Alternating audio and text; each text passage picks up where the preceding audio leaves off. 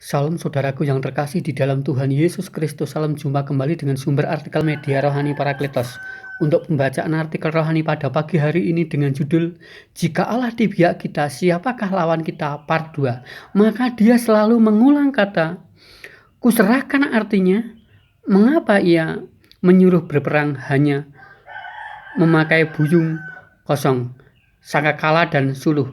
Dia secara tidak langsung memberikan pendidikan politik dan religius kepada umatnya. Mengapa mereka diberikan kedua hal itu? Sebab Israel adalah sebuah bangsa, sedangkan pemerintah sebagai pengelola bangsa, dan proses pengelolaan bangsa itu disebut politik.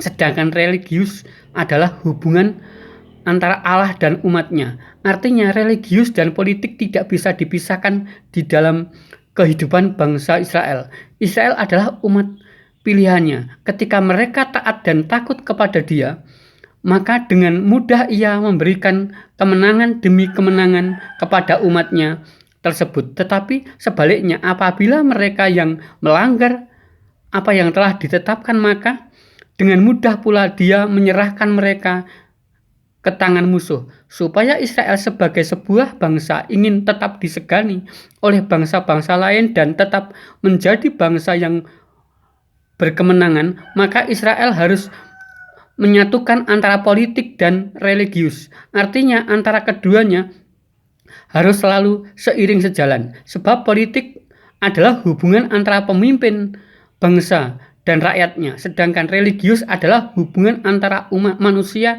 dengan Allah. Itulah yang disebut pemerintahan teokrasi, yaitu Allah sebagai raja dan umatnya sebagai rakyat, dan antara keduanya tidak bisa dipisahkan.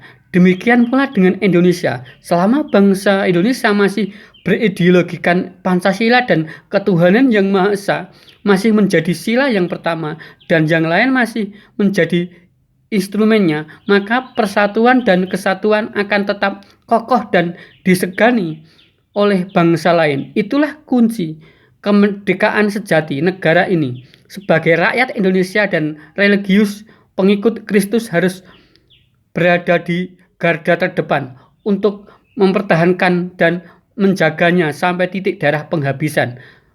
Kemerdekaan yang sejati itu sudah salah satunya adalah rakyatnya berdaulat atas tanah, menjadikan negara ini tetap sebagai negara agraris atau pertanian dan peternakan tetap menjadi soko guru perekonomian bangsa.